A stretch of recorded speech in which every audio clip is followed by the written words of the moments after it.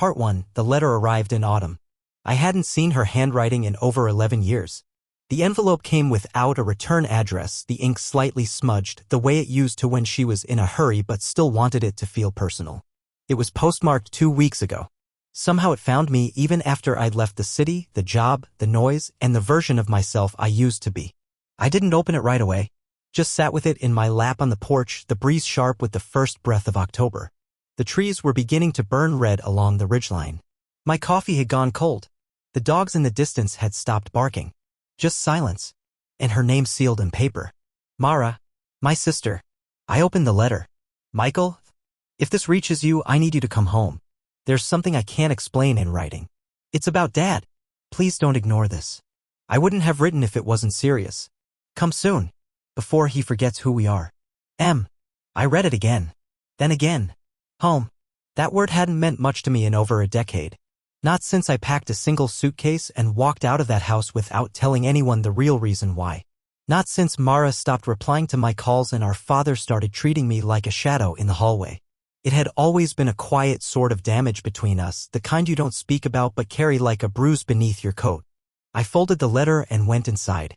The cabin was small. 2 rooms. A wood stove. Walls lined with books I no longer read but couldn't part with.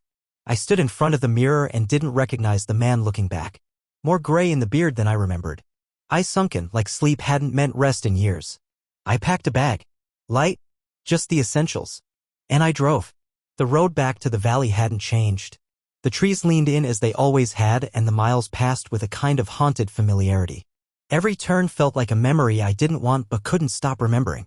I pulled into the gravel driveway just before dusk. The house looked the same, chipped white paint, the same crooked mailbox, the porch light glowing like it still expected someone to come home. And there she was. Mara. Standing in the doorway like she hadn't aged a day. Except she had. We both had. She gave me a look, part relief, part accusation, then stepped aside without a word. I walked in. The air smelled like lemon and dust and something older. Our father sat in his chair in the living room, staring at the blank TV screen. His hands shook slightly. His mouth moved without sound. He didn't look up. He knows you're here, Mara said. I nodded. Neither of us said the other thing, the thing beneath everything else.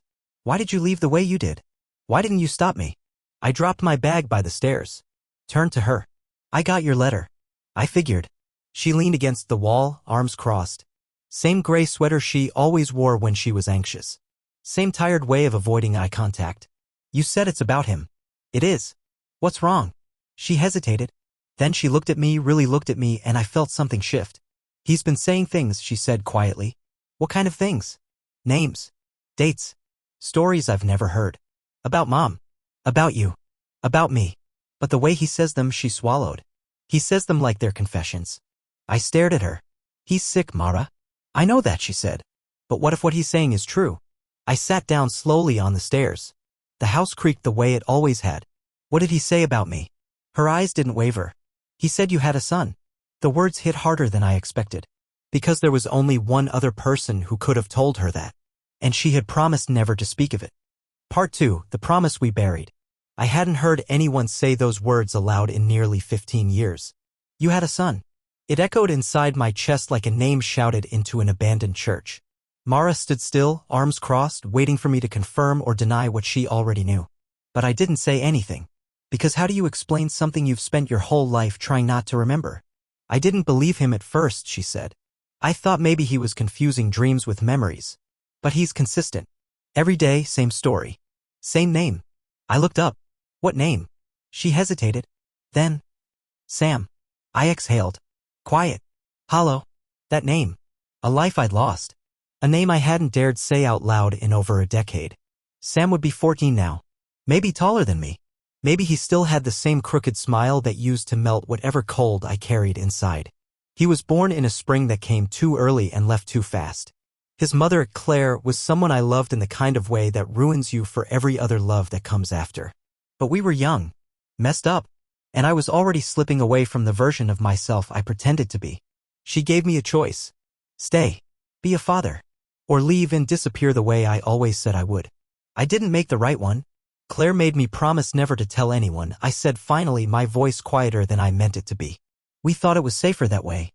From what? From us. From this house. From him. I nodded toward our father. Mara's expression hardened. You should have told me. I didn't even tell myself, I said. She sat on the steps across from me, legs drawn up like she used to when we were kids hiding from a storm. I don't think he's just rambling, she said. I think he's remembering things he kept buried. Maybe things we all did. We sat in silence for a long time. Then I asked, what else did he say? She looked at me, eyes glassy. He said he met him. My heart went cold. Met who? Sam. Years ago. Without telling you.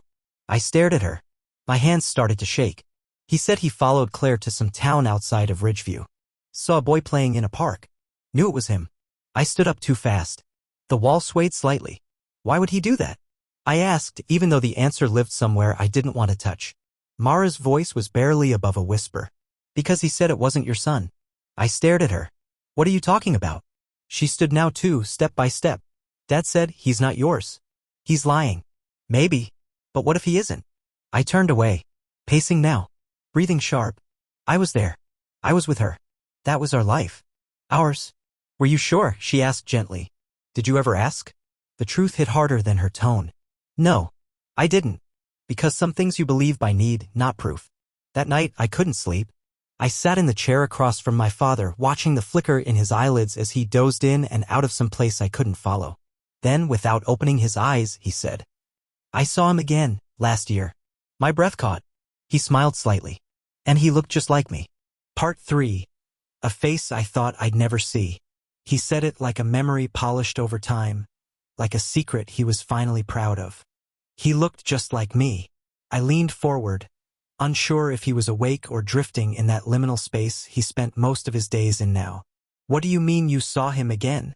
His eyes opened, slow and heavy. He didn't look at me, he looked through me, like I was just a shadow of someone he used to fear. In the bookstore, he murmured. Near the college. What bookstore? He didn't answer, just shut his eyes again like that was all he had to give me. The next morning, I found Mara in the kitchen. She looked like she hadn't slept either. I think he's telling the truth, she said before I could say anything. About seeing him? About the resemblance. I sat down across from her. My coffee tasted like ash. Why would he follow Claire? Because he was trying to punish you, she said flatly. The same way he always did. I didn't respond, because I remembered exactly how that felt. We took the car to Ridgeview. It was a small town, an hour east. I hadn't been back since Claire left. She never told me where she went, just that she had to go. She left a note on my dresser the morning after I told her I couldn't do it anymore, that I wasn't ready to be a father or a partner or anything solid. I never forgave myself. I never expected her to either. The bookstore was still there, nestled between a bakery and a bike shop, the kind of place with creaky floors and shelves that leaned a little too far in either direction. I stepped inside, and for a second, I couldn't breathe. The air smelled like old paper and something faintly floral. Like her. I asked the woman behind the counter if she remembered someone named Claire coming in regularly. Early 30s, kind eyes, usually with a kid. She paused. Thought about it. You mean the woman who used to bring her son in every Friday? I nodded slowly. She pointed toward a photograph pinned near the register. A candid snapshot of a community reading event. Kids in a circle on the floor, parents behind them. And there, near the back, Claire. And next to her, a boy. I took the photo in shaking hands. He was older now, maybe 12 or 13 in the photo. Hair swept to the side. Tall for his age. Eyes not unlike mine, narrow, focused. But the jaw, it was my father's. Mara leaned over my shoulder. Didn't say a word. She didn't have to. I knew what I was seeing. The boy I once called my son. Might not be mine. We drove in silence on the way back. Every memory I tried to protect. The way Sam held my finger when he was a baby. The way Claire smiled when she whispered, he has your stubbornness. All of it cracked under a new possibility. Had I spent the last decade grieving someone who wasn't even mine? Or had I loved a child so deeply that biology never really mattered? When we pulled into the driveway, Mara touched my arm. You need to talk to Claire. I nodded. I just don't know what I'm going to ask her. She turned to me. Start with the truth. That night, I found Claire's number. Still in an old notebook I hadn't touched since I left. I dialed it. 1 ring. 2. Then her voice. Older. Softer. Hello. I froze. It's me, I said. A pause. Then calm. Measured. Why now, Michael? I swallowed. Because I think I just saw our son. And then the line was silent. For a long, long time. Until she finally said, he isn't yours. Part 4. The echo in her voice. He isn't yours. The words dropped like stones in my chest. I sat there, phone pressed to my ear, trying to remember how to breathe. Claire didn't rush to fill the silence. She let it stretch like she knew I needed to feel the full weight of it before I spoke. Finally, I asked, why didn't you tell me? Her voice came back soft. Because you left. And because I wasn't sure myself. I closed my eyes. You told me he was mine. I told you what I needed to believe, she said. At the time. I needed to believe it too. I stood up, walked to the window, stared out at the porch light flickering on the front steps like it always had. The same way memories do when you've tried too hard to shut them off. Who was it? I asked. She hesitated. I'm not going to tell you that. You owe me that much. No, she said. I don't owe you anything. Her voice wasn't angry. Just tired. Honest in a way that left nothing behind it. He's happy, Michael. He has a life. He doesn't need this unraveling. What about me? She paused again. Then said something that landed like truth. This was never about you. We talked for a while longer. Some of it polite. Some of it sharp. All of it soaked in the kind of regret that comes from knowing you did what you thought was right and it still hurt anyway. She told me Sam didn't know anything. That she hadn't told him about me. That she never used my name. I asked if he looked like me when he was younger. She said yes. I asked if he still did. She didn't answer. Then she said, don't come looking for him. Let him live in peace. I nodded even though she couldn't see it. I just needed to know. And then she said something that stayed with me long after the call ended. You always did. I sat on the porch for hours after that. Watching nothing. Hearing only the wind. Mara came out after midnight. She handed me a blanket and a cup of coffee still warm. Did she tell you what you needed to hear? She asked. I stared into the dark. I don't know. But she told me the truth. She sat beside me. I think I hated you for leaving, she said after a long silence. But I also think I understood. I was scared. So was I, she said. But I stayed. We didn't talk about who had it harder. We didn't compare wounds. We just sat there like siblings do when they're older and the fight has gone out of them and all that's left is the quiet in between. Inside, our father was awake again. Talking to no one. Names falling from his mouth like half-remembered dreams. And then I heard him say mine. Followed by another name. Not Sam. A different one. Jonas. I turned to Mara. Do you know that name? She nodded. Slowly. Yeah, she said. I do. And what she said next changed everything. Jonas was Mom's first child. The one she gave up. Before she met Dad. Part 5. The brother I never knew. Mom had a baby before us? The words came out too fast, like I had to say them just to hear how wrong they sounded. Mara nodded barely. She was 17. It was one of those whispered things. I didn't believe it either, not until I found a letter after she died. I looked at her. You never thought to tell me? You weren't here, she said, and her voice didn't accuse, it just stated. Like that explained everything. Maybe it did. I leaned back against the porch column. My chest felt hollow, like something had been pulled out from under a floorboard I didn't know existed. Why would Dad mention him now? I don't think he ever forgot, she said. I think he just never forgave her for it. Later, we found the letter. It was buried in a locked box inside Mom's old cedar chest. The kind of thing you only open when you're ready to have something undone. The envelope was worn, the ink faded. Inside, a single folded sheet. Jonas, I hope someday you'll understand why I did what I did. I wasn't ready. The world wasn't kind to girls like me then. But I want you to know I never stopped thinking about you. You were not a mistake. You were a heartbeat I carried through everything that came after. I named you after my grandfather. He was the only man I ever trusted back then. I hope you forgive me. M. We sat in silence after reading it. Then Mara said he'd be, what, in his 40s now? About that. Do you think Dad ever found him? I don't know. But you're thinking about finding him, aren't you? I didn't answer. Because the thought had already rooted itself in the back of my mind. A brother I never knew. A missing piece in a house full of silence and denial. A reason, maybe, for why things cracked the way they did. The next morning, I went to the local records office. Dug through archives, birth registries, anything with the name Jonas and our mother's maiden name, Marks. It wasn't much. A few yellowing papers. One registered birth in 1979, female guardian listed as unknown. Adopted 3 months later by a family in northern Oregon. No forwarding information. No digital trail. But it was enough. Enough to know he existed. Enough to know he was real. When I returned to the house, my father was awake again. This time clear-eyed. He looked at me for a long moment. I didn't speak. Then he said, "You found the letter." I nodded. He nodded too slowly.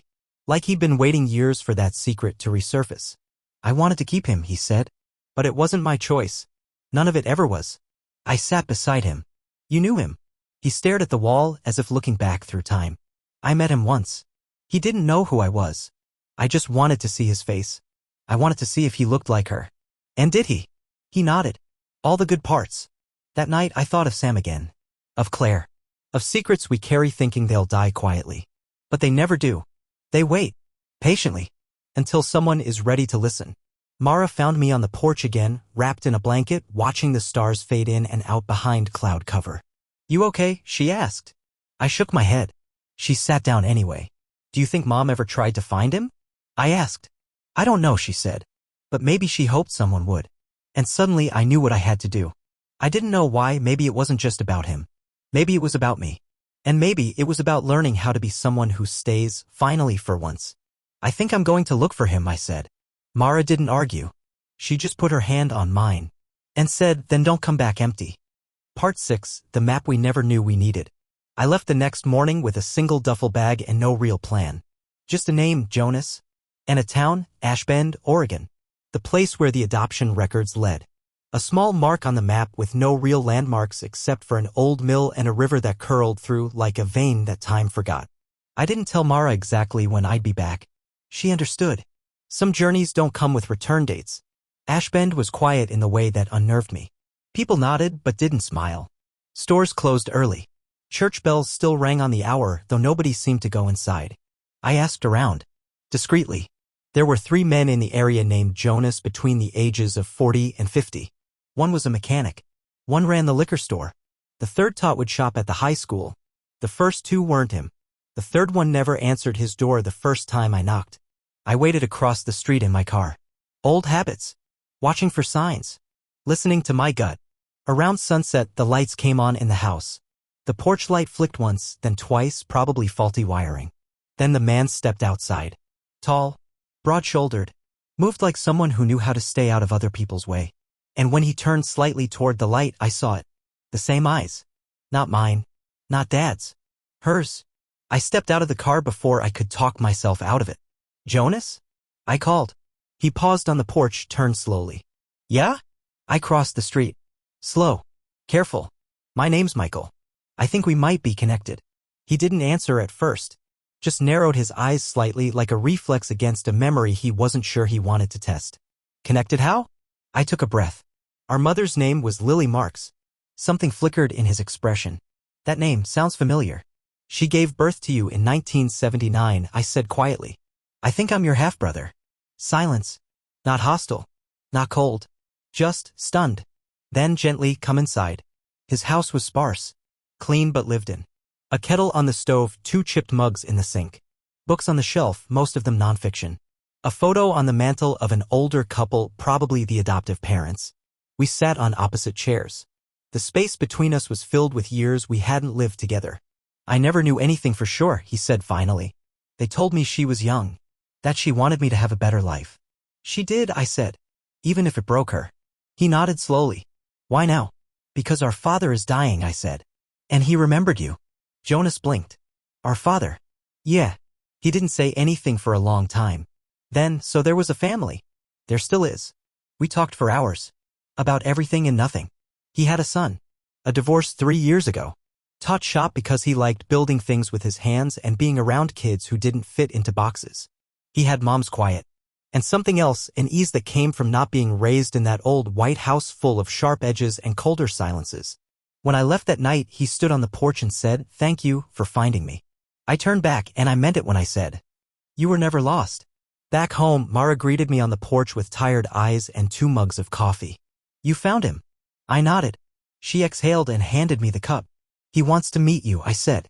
She smiled. "I think Mom would have liked that. And I think she would have too." Inside, Dad was asleep. For the first time in months, he looked peaceful. Maybe something inside him had loosened now that the thing he tried to bury had finally been seen. Maybe that's all any of us really want. To be known. Not just remembered. Known. And as I watched him breathe, slow and steady, I realized something. Sometimes the truth doesn't destroy a family. It finally lets it begin. Part 7. The longest conversation we never had. Dad didn't speak much anymore. The words were there, somewhere, but tangled, heavy, slow. Like his mind had grown tired of shaping things that hurt. I sat by his bed that evening. The windows were open, and the soft wind pushed the curtains like breath. Mara was downstairs. The house was quiet. I held the old letter from Mom in my hands, the one meant for Jonas. I read it aloud to him. He didn't react at first, just blinked. Slow. Then, somewhere near the end, his lips moved. "I told her not to send it," he said, voice gravel rough. "I told her. It would only make him hate her." I sat still, unsure if I should speak. "She wanted to find him," he whispered. "After you were born. She kept saying it was time." "Why didn't she?" I asked. He turned his head, eyes blinking up toward the ceiling. "Because I told her I'd leave if she did." There it was. Not loud, not cruel, just plain. And in that one sentence, I understood more about our childhood than years of silence had ever explained. "You were afraid she'd love him more," I said. He didn't deny it. "I was afraid she already did." I stayed with him until he fell asleep again. Not because I owed him anything, but because I needed to know I could sit beside him now without bitterness in my chest. And maybe, in some quiet way, that meant something. The next day, Jonas came. Mara opened the door. He stood there, unsure if he should be holding flowers or just his hands. She smiled, quietly. "I see it now," she said. "You have her eyes." He stepped inside. For the first time in over 40 years, 3 children of Lily Marks stood in the same room. And no one had to explain anything. We just knew. Dad was awake. His eyes scanned Jonas for a long time. At first, I couldn't tell if he recognized him. Then he said, almost inaudibly, "You grew up well." Jonas smiled. Not wide, not triumphant, just grateful. "I had good people." "I'm glad," Dad whispered, "that you were safe." We didn't talk about what was missing. We didn't need to. The room was full of what had been lost, but also what had been found. That night, after Jonas left, I found myself standing alone in the backyard, looking up at the sky. There was a time I thought the past was something you buried, that secrets protected people, that running meant freedom. But it was never the leaving that gave me peace. It was the returning, the staying, the telling. Mara came out, pulled her sweater tight. "Do you think he regrets it?"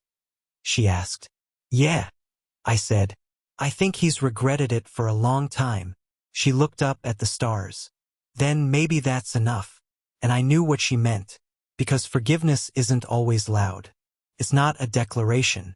Sometimes it's just the choice to sit beside someone, knowing they hurt you, and choosing not to walk away again. The phone buzzed in my pocket. A number I hadn't dialed in years. Claire. I stared at it, let it ring. Then I answered. She didn't speak right away. Finally, "I told Sam. About you." My heart stopped. "And he wants to meet you." Part 8. The Shape of Belonging. I met Sam on a quiet Sunday afternoon. The kind of day where everything feels half-wrapped in silence, like the world is holding its breath.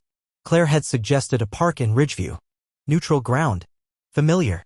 A place with open air and soft exits if things went wrong. I arrived early.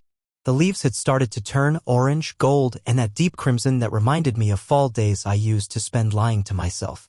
I waited on a bench by the walking path, hands folded, trying not to think about what I would say when I saw him. Would I recognize him in motion? Would he look through me like I was nothing, or would he carry some echo of something I'd left behind? Then I saw them. Claire first. Older now, still beautiful in that quiet, unreadable way. And beside her, a boy. Tall, shoulders already starting to square out into something adult. Eyes dark and searching. He stopped a few feet away. Claire hung back, giving us space. Hi, he said. I stood. Hi. He looked at me, tilted his head slightly. So, you're the guy. I smiled faintly. I guess I am. He studied me for a beat. I Googled you. That caught me off guard. Oh yeah? You used to work in journalism? Yeah. A long time ago.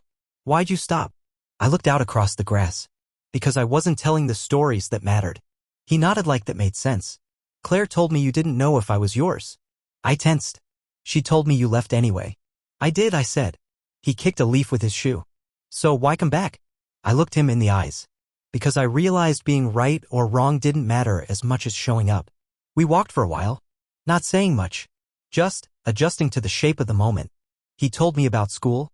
About his drawings. That he was thinking about architecture. I told him I used to sketch buildings too when I needed to pretend I could build something better than what I'd been given. He smiled at that. It was small but real. Did you love her? He asked suddenly. Claire? Yeah. Very much. He nodded. She cried when she told me about you. My throat tightened. She never talks about the past, he added. Not like that. I looked at him. I think she was scared to hope. Are you? I admitted. But not today. Before they left, he pulled something from his backpack. A folded sheet of paper. A sketch. Simple. Black ink. It was me. Sitting on a bench. Face half turned, a soft outline of the trees behind me. I drew it while we were talking, he said, shy now. I took it in my hands. Studied the lines. He'd made me look peaceful. I'd like to see you again, he said. I smiled. I'd like that too. Claire walked up, gave me a look that said more than words could. He's always been good at finding the good in people, she said softly. I folded the sketch carefully. Then maybe he got that from you. They left. And I stood in the fading sun with a drawing in my hand and something I hadn't felt in years blooming quietly in my chest. Not regret. Not sorrow. But possibility. I drove back to the house that night. Dad was gone. Passed in his sleep while the wind moved through the trees out back. Mara met me at the door, eyes rimmed red, voice steady. He waited for us, she said. I believed her. We buried him 2 days later. No eulogies. No lies. Just a quiet service and 3 grown children who had somehow against all odds found their way back to each other. Weeks passed. Then months. I stayed. Helped Mara sort the house. Kept in touch with Jonas. Got coffee with Claire once, just to talk. Sam called sometimes. Never said much, but enough to let me know he was still there. One day, he sent a photo of a model he built for a school project. A house with an open porch and warm lights inside. Underneath it, a message. Thought you'd like this. It reminded me of how that day felt. And that's what I learned. Some things don't need to be repaired to be whole. Some families are chosen in the aftermath. Some truths are buried because we're not ready. But when we are, they bloom. Quietly. Like hope.